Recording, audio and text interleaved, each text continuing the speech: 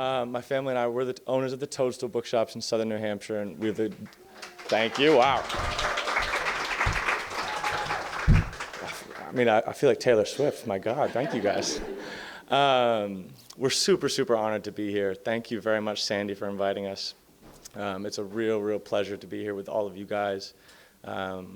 Booksellers love being among book lovers, so thank you guys very, very much. And I get the real honor of introducing Holly Black and Kelly Link. Kelly is the author and editor of short stories, novels, and chapbooks. Her most recent book, White Cat, Black Dog, is a unique retelling of classic fairy tales spun up and woven into spooky, eerie, and exciting stories. And we were joking beforehand that very minorly, it was a finalist for the Pulitzer Prize. So we're just going to kind of toss that in there because I don't know if Kelly was going to bring it up, but I do think that's it's a pretty important thing to kind of like throw out there. And equally important to me is Holly Black, as I have distinct memories of being about 12 years old and being tucked underneath my blanket with a bag of mini carrots, just absolutely housing them and reading the Spiderwick Chronicles. So I got to kind of inwardly fangirl a minute ago where I was like, oh my God, it's Holly Black, holy smokes. So Holly's a real inspiration to me. She also has the distinct honor of being one of, if not the most popular YA novelist in the Toadstool. Very, very often I'm approached by someone between the ages of 10 and 20 and they go, do you have a Holly Black? And I'm like, do we ever? So with that, Holly and Kelly.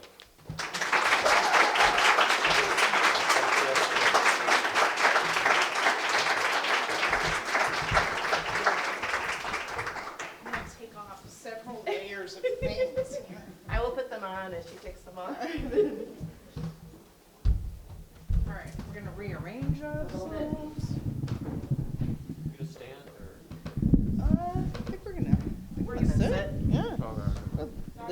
Lazing around. Seems maybe good. Yeah. I feel that the stool is always great because there's the chance that the writer will just fall over. Yeah, so it adds some tension. excitement. Yeah. Adds tension. Chairs are good. See, your MacArthur grant wasn't it? So many different laudatory things. Oh, and I also didn't take out my notebook. So, hello, I'm Holly Black, and I'm Kelly Link.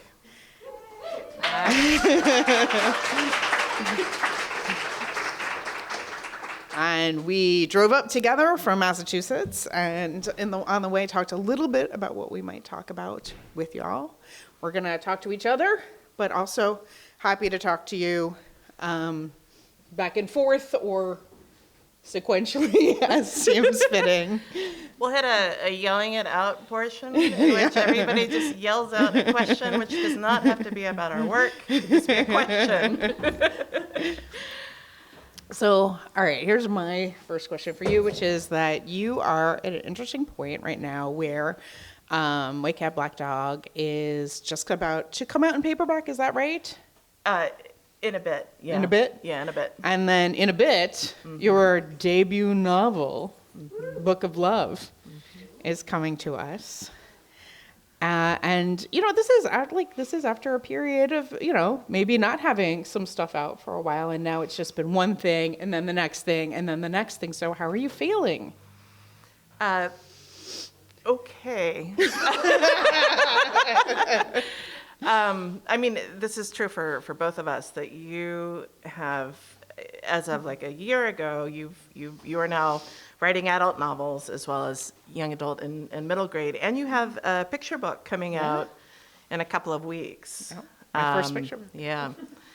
And so I think both of us are old enough, and we have been around enough, and have been in publishing we were talking in the car about the fact that we are old people in terms of publishing careers, that much like other industries, that you know, there are people who write a book or maybe a couple of books and then because publishing is difficult, and being a writer requires a certain amount of commitment to setting your own schedules, making yourself do work that a lot of people realize, as much as they love writing, the world doesn't make it easy to be a writer in terms of making a living. And so a lot of people write fabulous books, and then at a certain point, they stop, they go into something else. Yeah. But we've been doing this now for quite some time. 20 years for me, I think. Yeah, and about the same for me as well. It's a field where if you are in it for a long time, you wind up with survivor's guilt. You just do. Yeah, and also that your experience of working in an industry, and I'm sure this is true for a lot of industries right now. Industries tend to change fairly rapidly. So publishing is a very different landscape than it used to be. But also, we're different people than we were when we started out. So when I started out, I loved short stories. I read novels for pleasure, but my true love is short fiction. And so for many years, I did not want to write a novel. And I think there are a couple of reasons why I wrote the Book of Love, but one of them is you, because we actually work together a fair amount in terms of sitting in a common space, doing our own work, but talking about work, saying that I should probably write a novel on purpose, because if I didn't, I would write one accidentally. The stories were getting, you can all see this, they were getting longer. In my defense, remember Magic for Begin? It's really long. And in fact, I think I came to you maybe over a decade ago and said, I think I have an idea for a trilogy. And Holly is infamous in our group of friends for being a person who will problem solve at the very early stages of writing a book or a narrative project. And she will say, well, tell me about it. And then she'll give you some really sage advice. And I described my project to you, and you said, I cannot help you with that. I was like, what? And when you read the book, like it all completely ties together. And yet, like it had so many moving parts. But as is usual, it is a book written by a person a genius who I could not comprehend. I like a moving part, and you have been very, very helpful throughout sort of my writing career in the period that we've known each other, which was pretty early on, in terms of problem solving. And I am a writer who finds it really useful to have something that seems like it would be a puzzle to figure out. And I think for me, the puzzle of the novel was, I wonder why this seems like Holly could not help me. Well, what is the thing here that I am going to have to figure out to do? I think you think incredibly differently about structure than almost anyone I know. And I think that when I am helpful to you, it is because I can talk about character. And I think whenever I can do that, you can fit it into your sense of structure. I mean, that makes sense. I have now thought about this because indeed I was like, gulp. But and I want to talk. I want to talk about Book of Night, which you can see the titles Book of Love and Book of Night are very related, in part because when Holly titled Book of Night, I think it stuck in my brain. I was like, that is a really nice formulation for a title. And so when I was grasping for titles, Book of Love also seemed sort of in the same vein. It does feel like we should be on like some kind of really like a tour of some kind, like a book of tour. In which they battle it out. Yeah. But I think that, the short story collection, White Cat, Black Dog, was written in the interstices of writing a novel. And so it's kind of great, but also strange that on the trajectory of writing a novel, I ended up with a collection of stories that I had no intention of writing. That is a true love of the short fiction genre, where you just made them as a byproduct of a novel. I did, and I think as a way of they is a terrible way to talk about short stories, but it was the equivalent of comfort food. I would think, writing novels sucks, so I will go off to the side here while nobody is looking and sort of make a short story. But you were talking about what is the experience like, and the experience of writing a novel and that feeling was so uncomfortable that in fact I wrote a collection during the process. Can I ask you about fairy tales and how they came to sort of rotate around the concept of fairy tales? Sure. I think there are three things going on here. And one is simply that years and years ago now, you were working on a project that I was adjacent to in the sense that I was working on some short stories next to you that was borrowing from the fairy tale, The White Cat, a French fairy tale. And one of the things that you did as you were working on that was you would occasionally retell the fairy tale of White Cat, but you did it in such a way that you explained something about the core of that story. And the way that Holly puts it is, this is a fairy tale. It's a father has 3 sons, a king. One of them is going to have to inherit. He feels a little iffy about that, so he keeps on not deciding who will inherit, but he sends him off on these really ridiculous quests. And what you pointed out was that the youngest son, who does end up king, does not really appear in any way to wish to become king. What he really wants to do is party with a bunch of talking cats. This is all true. This is my favorite fairy tale when I was a kid. And the retelling I did, which is a trilogy, was like a noirish crime fantasy retelling. Like, it is very buried in it. But the fairy tale itself is bonkers. He goes out on the road. He at first is looking for a very small dog. No. All right. No. Okay. So, all right. I'm going to tell you it. All right. Ready? All right. We got a king. He's got 3 kids, and he's afraid that they're going to overthrow him. Now, this is one of the French Salon fairy tales, which means someone wrote it. It isn't one of the ones that like crops up over time, and it was meant to be a commentary on something. I don't know what. Anyway, guy's worried his kids are going to overthrow him, so he's like, kids, one of you is going to be king after me. I assume the eldest is like, wait, what? But the rest of them are like, interesting.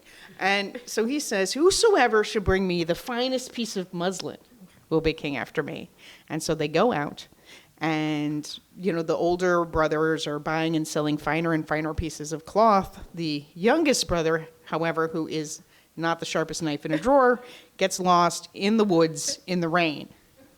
And he comes to a cave with doors and a pull on the outside, like a bell pull that is diamonds and a horse hoof.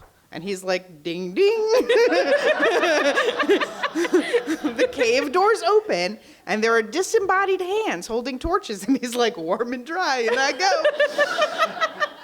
go. Comes to a room where invisible hands, and yes, if I can tell you one thing about this fairy tale, it's that a fairy tale with both disembodied hands and invisible hands has just got it's just everything. Anyway, they strip him down, and he's like, and they put him in new clothes, shove him into a room, and there is a table. It's set for 2. There's a plate there with food. There's wine in the glass. He starts eating. In comes a shrouded, veiled figure. Comes up to him, pulls back the veil. It's a cat in a dress. And she says, King's son, don't worry. My food was prepared in a separate kitchen and contains neither mouse nor rat. Which is the least reassuring thing anybody has said about food. But he's like, I wasn't worried. Takes a big old swig of wine and forgets about his quest and parties with the cat and her entire cat court. So there's a whole bunch of cats in dresses and doublets and what have you. He parties with them for a year. They go on a hunt where he rides a wooden horse and she rides a monkey. This is all in the fairy tale. I'm not making it up. At the end of the year, all of a sudden, he's like, whoa, I was really supposed to be somewhere. And she says, don't worry, here's the wooden horse and this nut. Go home, everything will be great. He goes home, his brothers have found beautiful pieces of muslin. He cracks open the nut, and inside that nut is another nut. And inside that nut is another nut. And inside that nut is a piece of muslin so thin it fits through the eye of a needle 3 times over. Amazing. King does not care. These are fake quests. And then we come to, he's like, all right, guys, great job, everyone. Next quest. Whosoever should find me the tiniest and cutest dog to take into my retirement will be king after me. So off the older brothers go, selling cuter and cuter dogs. Youngest son parties with the cats for another year. Years up, he's like, oh, man. This time she gives him a coach and a different nut. He goes back. Brothers are there, tiny and adorable dogs. He opens the nut. Inside that nut is another nut. Inside that nut is another nut. Inside that nut is another nut. And he thinks, wait, cat, have you betrayed me? And he feels a scratching down his back. And he opens the nut, and inside is the tiniest and cutest dog imaginable. And here is where I have a tiny objection, because things are very cute when they're small until they get bug-like. And I really feel at this point we are in a bug-like place with this dog. But the tale tells us it's the tiniest and cutest dog, so we're just moving on from that. And so the king is like, great, sure. Whosoever, new quest, whosoever shall bring back the hottest lady to be your bride, you shall be king after me. Let's never speak of what the two older brothers do at this point. I don't want to know. Youngest son parties with the cats for another year. And at the end, he's like, I don't think, I got a problem, and I don't think this can be solved in the traditional manner. And so White Cat says, cut off my head. And he says, I don't think I could do that because you're a cat and I'm a guy. It's a little weird, but I think I love you. And she says, if you love me, cut off my head. And he says, no. And she says, yes. And he says, no. And she says, yes. And he says, fine. And so he cuts off her head and she turns into a beautiful princess. She was cursed. Her lands were cursed. All of her cat friends and courtiers and whatnot turned back into people. And she's like, look, I've got a lot of land and you can just rule here and never go home. And that's what happens at the end.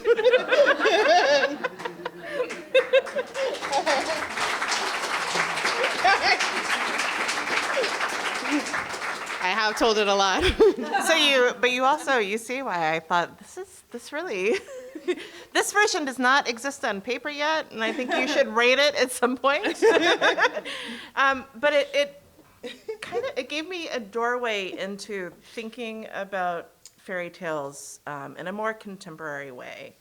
And the other source was a collection called The Mary Spinster by Daniel Lavery that I absolutely love, which again takes fairy tales as sort of a narrative base and then does some really interesting things with them. And writers do this all the time, but I think that collection by Lavery, your retelling, made me think I would really love to be able to build a whole collection about this. Every time that I write a short story, I'm going to think about a fairy tale that I would like to draw from in some way, but they're not necessarily going to be straightforward retellings. I'm just going to use them as a way to think about structures. And so as I worked on this novel, which is very long, the novel is 220,000 words. And so it took a long time to write. And also it felt very And lumpy. she cut out of that. I did. I cut great some stuff out. deal. But the short stories were this enormous relief because I would think, well, I understand the source material that I want to use. They're going to be much shorter, even if they're long short stories, and then I would just sort of dive into one of those. So in any case, the novel is done. The novel comes out in February. But in the meantime, I ended up with this collection of short stories novels, it's great to have written one. I don't really know how I feel about the ideas of novels generally. But the short story collection felt different from other collections that I've written. It felt kind of like being handed a present that I had handed myself accidentally. And I want to ask similarly, like because you have just turned in copy edits on a young adult project. You have a picture book about to come out, and you are about to begin work on the sequel to your first adult novel, Book of May. So do you want to talk about moving back and forth between those projects? Well, I think, one thing you were talking about is us being old. And I think, we've been doing a certain thing for a long time. Like I've been doing kids stuff for a long time, and I felt like one of the things that was really interesting about writing Book of Night, and I don't know how much you feel this way with a novel, is like feeling like after all this time, oh no, I don't know what I'm doing, but also, wow, this is exciting. I don't know this. I don't know this world. I don't know, the ways in which it will be different. I don't know, for instance, the genre, like I, as a, longtime fantasy reader, know certain kinds of genre signifiers as a reader, but I didn't know, like, if you have an open fantasy versus a closed fantasy in adult, what does that mean? What does that mean for your reader in a way where I feel like in young adult, I'm just so used to the permutations of it that I was very aware of where it sat you, what kind of cover it got you. And so tell everybody what open versus closed means in terms of fantasy, because I think it's an interesting distinction. So in an open fantasy, everybody knows there's magic. And in a closed fantasy, often you are, as you go along with the protagonist, they are discovering the magical world. And so you see, there's I think a slightly tougher barrier to entry with an open fantasy, because you have to learn about it in a slightly less direct way. Whereas when you're learning about it with the protagonist, somebody is explaining it to the protagonist and therefore to you. Yeah. But it was fun in a way, like not to know what I was doing. I agree. And I mean, I think the fact that we have a group of friends who are often working in the same space and talking about the kinds of things that they're working on does mean that you will hear somebody describe a project or even something that they're reading and talking about how it works and think, oh, that sounds like a great deal of fun. I would like to think about how I would do that in a way that feels very natural, as opposed to being on your own. And there's something about a community of writers talking about work which I guess feels very generative and very generous. So the other thing that has changed in your life is long about 4 years ago, you started a bookstore. Yes. You took over a bookstore. Yeah. So how do you feel like that's, so it's a Book Moon in East Hampton. It's fantastic. And when she was like, do you think I should do this? I was like, what are you talking about? You have a lot of work.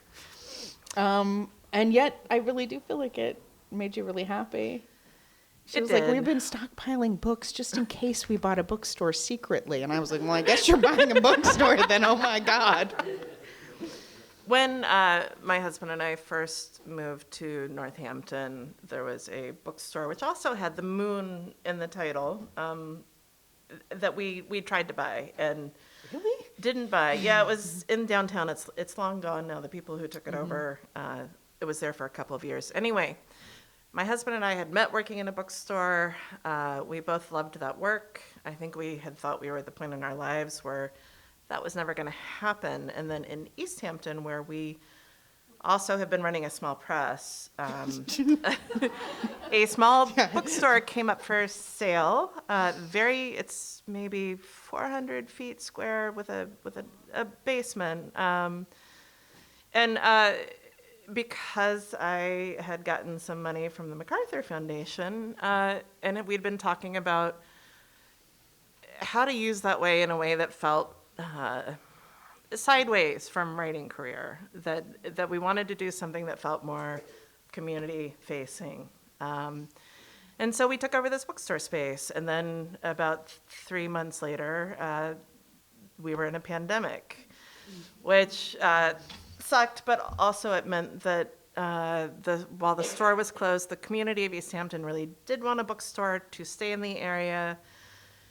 We were able to do, as many bookstores did, curbside and delivery, but also we got to reconfigure the space so that then when we finally did reopen, it was much more the way we had it after. And anybody who's ever lived in a space and then remodeled, as opposed to people who remodel and then move into a space, it's really good to live in a space before you remodel because you have a sense of how you're going to use things. And so The bookstore is extremely lively. We're in a great location. In Western Mass, in the 20-mile radius around us, there are so many excellent bookstores that we actually made a map of all of the bookstores in that area. So if you come, we give you a map so that you will know of other places. But it also meant that we, in our very small space, didn't feel that we had to carry every single thing that was available because other bookstores were already fulfilling certain kinds of needs. So we got to really focus on either things that we loved or else on genres that other bookstores maybe didn't have quite as much of. And it's been great. Have you ever seen my Folk of the Air books? If you look at the beginning where there's a map of Elfheim, that's the same artist that did the map. So Yeah, she is an Australian artist and a writer her name is Kathleen Jennings. She has published a novella, other stuff, and we are putting out a collection of her fiction as well. And pre-pandemic, she would come up every year and spend maybe a month with us working and drawing. And in part, that's what I mean by community is Western Mass is great because people are constantly passing through it, and you're like, well, come hang out with us for a bit, and we'll do some stuff and talk, and it's been good. Will you talk a little bit about the thing that you have just turned in copy edits for, and the thing that you're about to begin? All right, so I wrote Book of Night, which was my first still book, and then I went back to working in the Folk of the Air or Elfheim world. It's my fairy world. It feels kind of secondary, but it's actually contemporary in the sense that it is in our world, even though it feels a little high fantasy. And I wrote The Stolen Heir, and I'm finishing up The Prisoner's Throne. It's a duology. It's the first duology I've done. It was really interesting to think about what I could do structurally with that. And so one is told, there's two people sort of involved in it, and one book is told from one point of view, and the second book is told from the other person's point of view, although the story it is not the same story. It follows, to the end.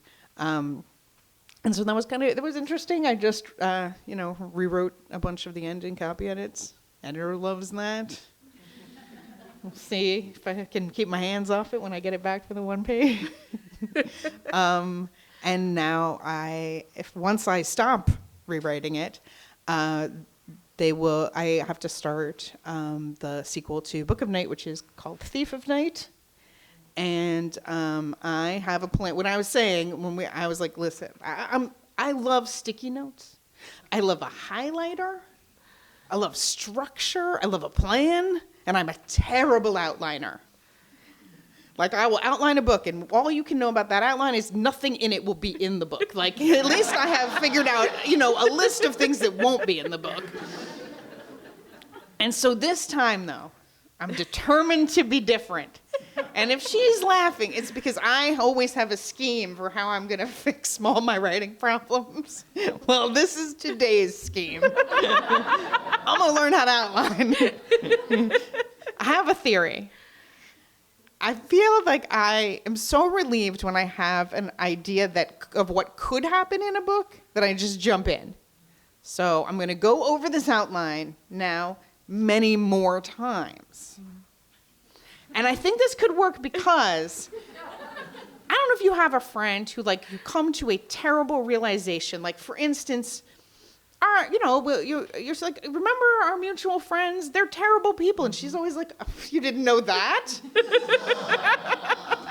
Well, I said, I think I maybe jump into a project too soon. And I don't, and she's like, well, yeah. So I feel like I could be right this time. I think this is a way. It's going to work. Everything's going to be perfect. I still remember maybe, and this is not about you, maybe 25 years ago, I was at a festival, and there was a writer whose work I love, Dan Shawn, and he was giving a talk to a lot of other writers, and he had published his first book. He was sort of halfway through writing, or I think he was maybe in the early stages of writing the second. And he said, but of course, I've written a novel now, so I really feel like I understand some stuff, and this one the process of writing the first was terrible, and this one's going to be much better. And I was sitting toward the back, and I saw all the heads of the writers doing this, and he got this look on his face, like, and somebody yelled out, "It won't." And I think that's one of the things about writing is you feel like you learn some stuff when you put together a narrative project to your satisfaction. You're like, this is great, I've really learned some stuff. And then it turns out, though, that for the next thing that you work on, you have to learn an entirely different set of things. And it's incredibly frustrating, but I think it's also part of the interest that keeps people writing. Is you think, well, what am I going to learn this time? What's the thing that I will figure out? And you you are always very hopeful, and I think you are right to be hopeful. People say that I should trust my process. Well, part of my process is trying to change my process. Yes. And they should accept that.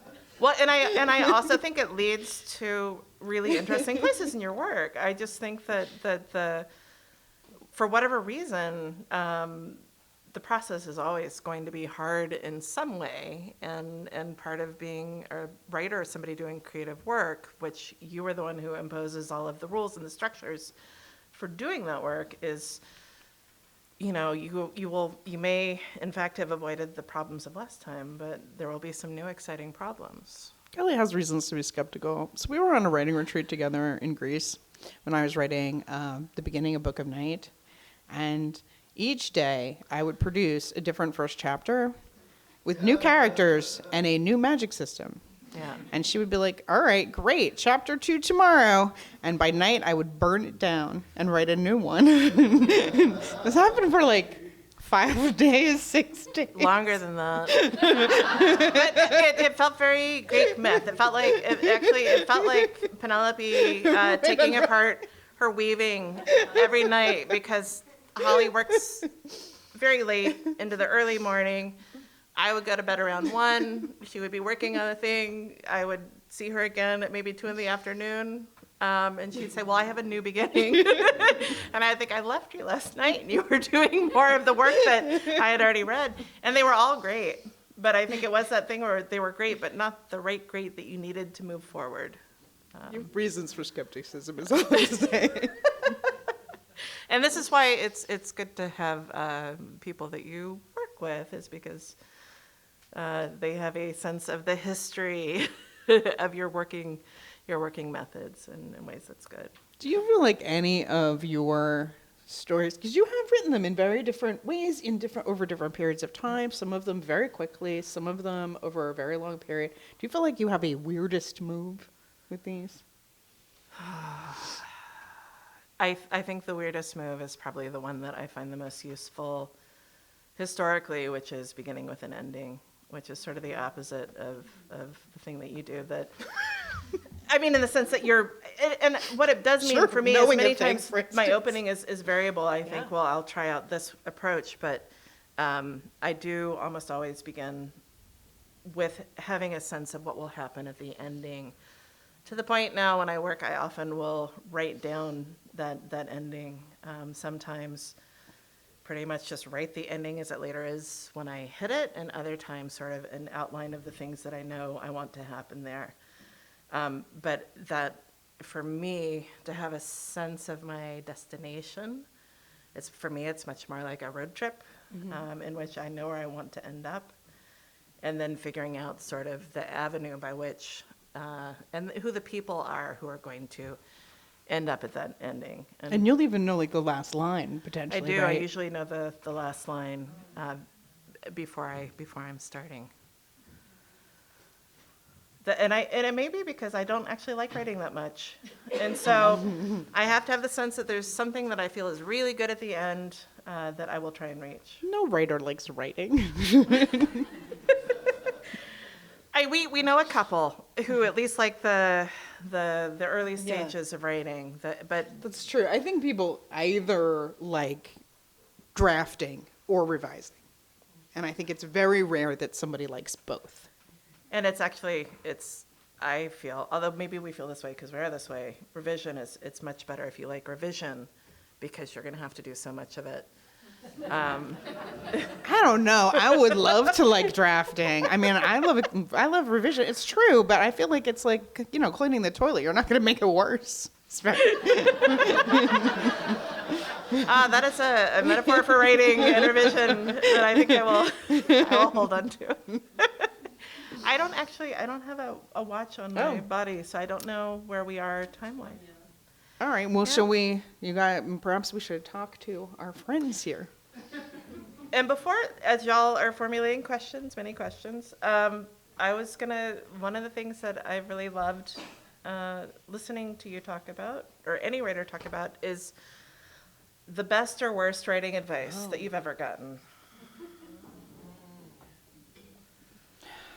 So, I mean, I feel like I've gotten a lot of good writing advice, but one thing sticks with me, which is it's kind of publishing advice. I remember it was probably my second like novel, so Valiant, but I had been working on Spiderwick at that point too.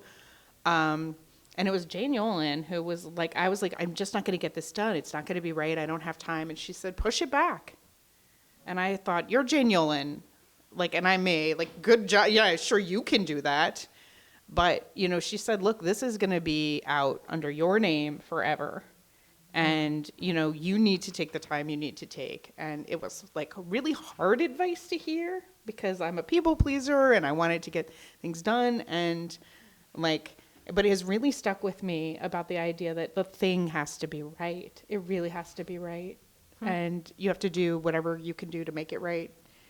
If it means pushing it back or if it means, you know, revising it in the 2P. Which is, they don't like you to do. No, they really don't like really it. don't like it. Yeah. I think the piece of advice that I still mull over, and there's a tangential piece of advice that a friend of ours, Robin Wasserman, just gave me, but is the thing that you have said, or sort of a variation on that, which is that the first page of any book or any narrative is making a promise to the reader in terms of maybe what the language might do, what's at the heart, maybe what the central questions of the book are. But and this is why when y'all are in a bookstore, you pick up a book, you look at a first page, and I think very quickly, without thinking about it, you think, this is for me or this is not for me. And clearly, they're all publishable. Somebody published them. So they're good on a certain level. But you, as the reader, are recognizing the kind of promise that narrative is making and seeing if you're interested in it. And I think that's a useful thing as you work on something, to think, am I in the territory where I'm making the kind of promise that I want to make to the reader, and am I going to fulfill that promise in terms of putting the things on the page that reader is going to want to see? Which may sound kind of commercial, but I do think that there's a kind of contract that books make, and you don't even have to necessarily keep the promises in the way that the reader expects, but you have to substitute something that is equally interesting and not something that glances away from the things that you sort of promise the book will engage in doing. And then the thing that Robin said, there were two things.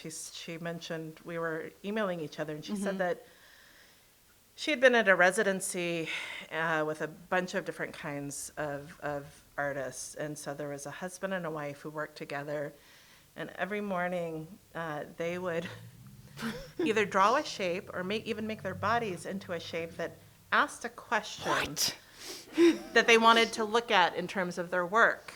So I'm thinking about that because it is. I too am thinking about it. Mostly what I'm thinking is I really want to see like the question. Right? Like, did she come into breakfast and be like, I don't know.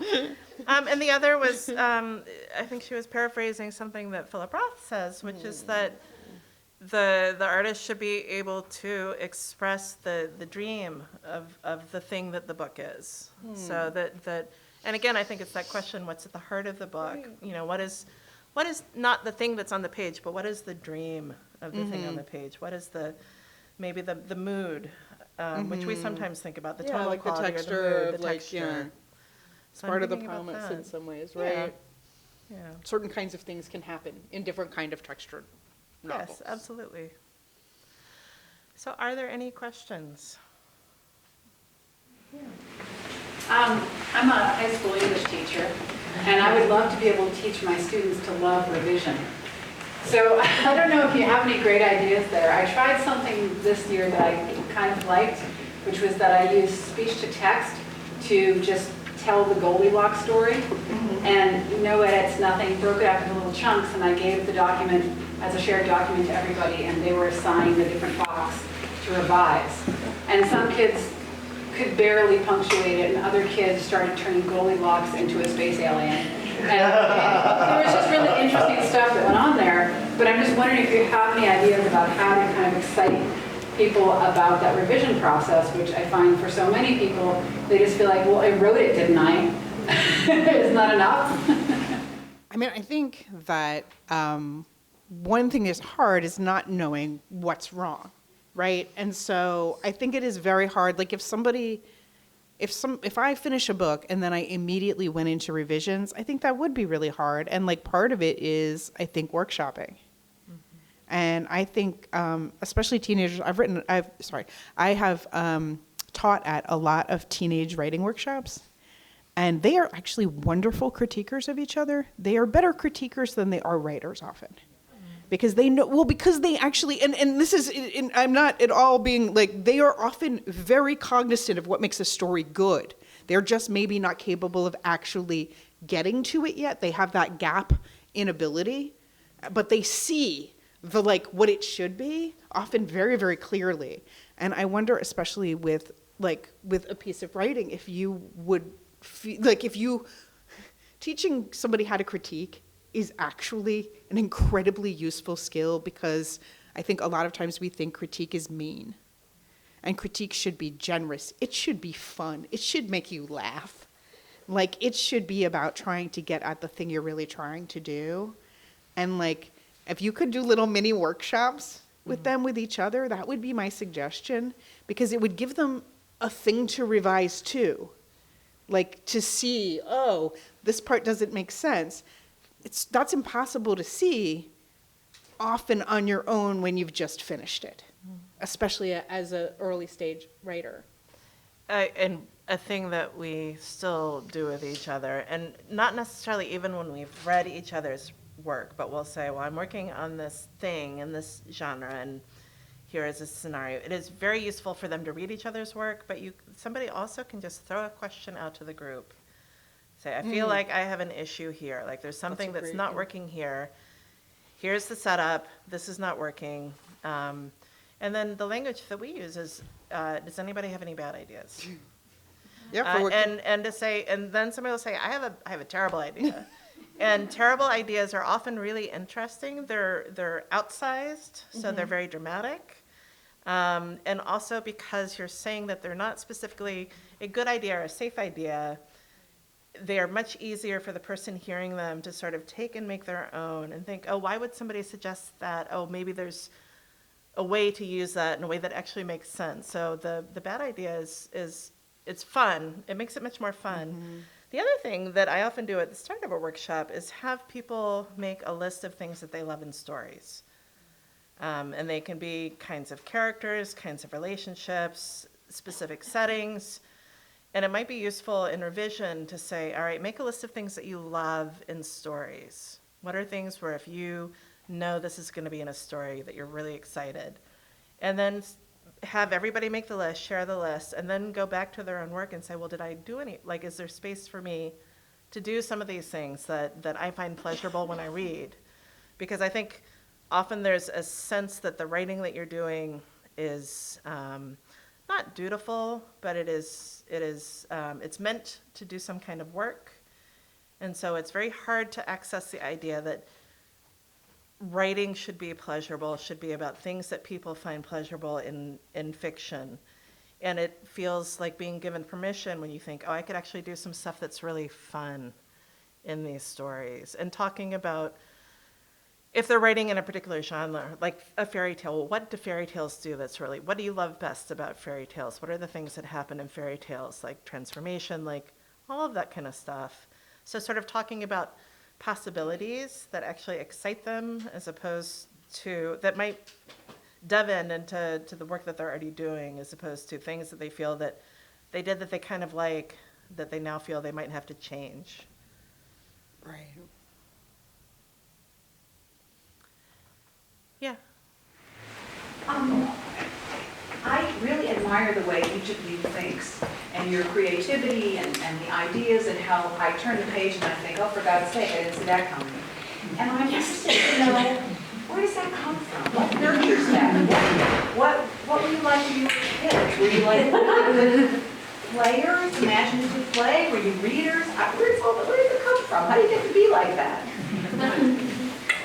I mean, I was a big reader.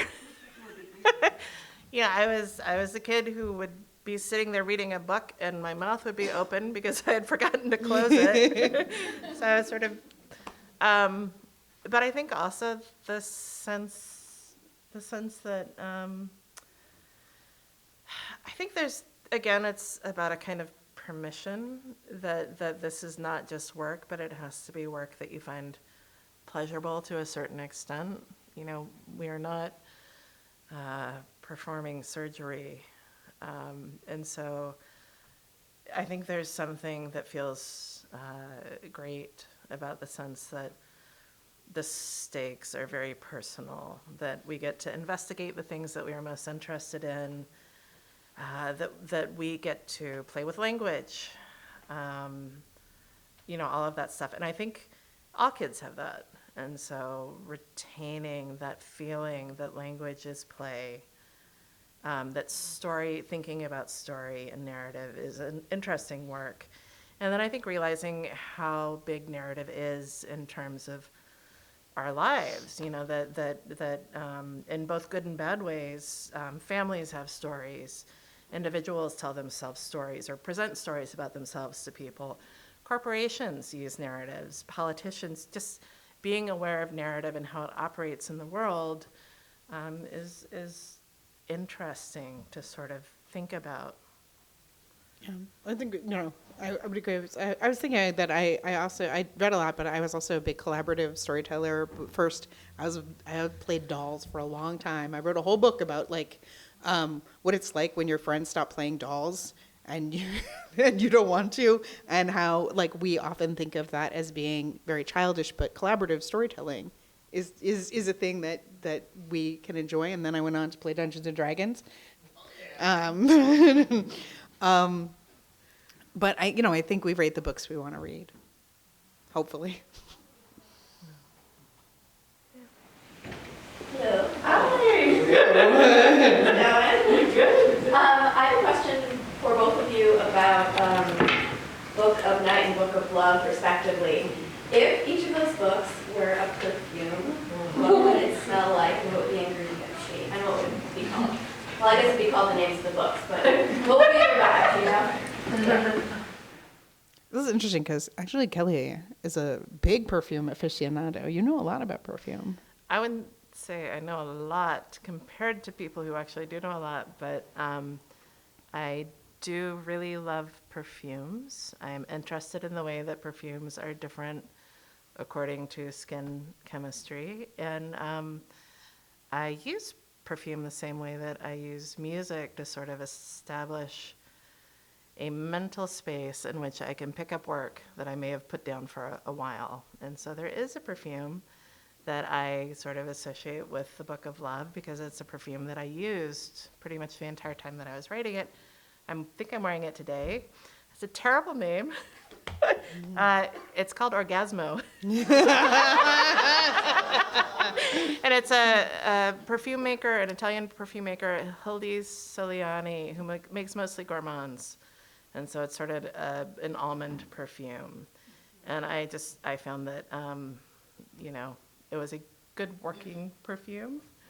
And also we have some people at the bookstore who are have fragrance sensitivities, but it doesn't bother them. So I could sort of go between writing and being at the bookstore. So I suppose it would be that. All right, I'm just going to go with scents. So we're going to do a little clove, a little peppercorn, little wood smoke, little gasoline. That's the kind of stuff I like in a perfume. I'm going to add to that because and this is probably true of a lot of places now, there's a bar near us that would make you drinks based on something that you gave them, like a phrase or a description. And so we have a good friend, Jedediah Barry, who asked for a drink that I think he said it was like walking in a forest with a lot of evergreens, and then you find a red flower on the ground. And so they made him a drink, and it was actually really good. And you always ask for... Okay, some of you will be with me here. If you like a peaty scotch, right? Some of you, it's like as though someone lit a tire on fire, and then poured gasoline on it, then put it out with dirt. That's what I asked for. They were very upset. But I think it is sort of the descriptive my palette that I... It's my perfume, it's my liquor, it's just, Every once in a while, I will buy her a birthday or Christmas present. I'll think, this perfume sounds like it may have been set on fire and buried in the dirt for 100 years. Reeks a little, yeah. And yeah. Very quickly, do you plan on writing a sequel to The Coldest Girl in Cold Town, or is that just going to be a standalone book? Okay. I did plan a sequel, and then I replanned the sequel. And my editor knows I'm doing this sequel, but she keeps pushing it back for other things. So, yes. In the fullness of time, I actually have several different outlines of what could happen in this book, and my editor knows, and it is on the schedule, but it keeps moving on the schedule. So, sure, definitely. And I think this is going to be a really interesting test of your process, because this, in fact, will be a book that you have been thinking about for many years. And have, re-outlined and re-outlined, Yeah. so. Yeah. I don't know time-wise if we should wrap up. Where are we? Are we good? I think that we have such a great crowd, and thank you all so much for coming out. And, Thank you. Thanks for having us.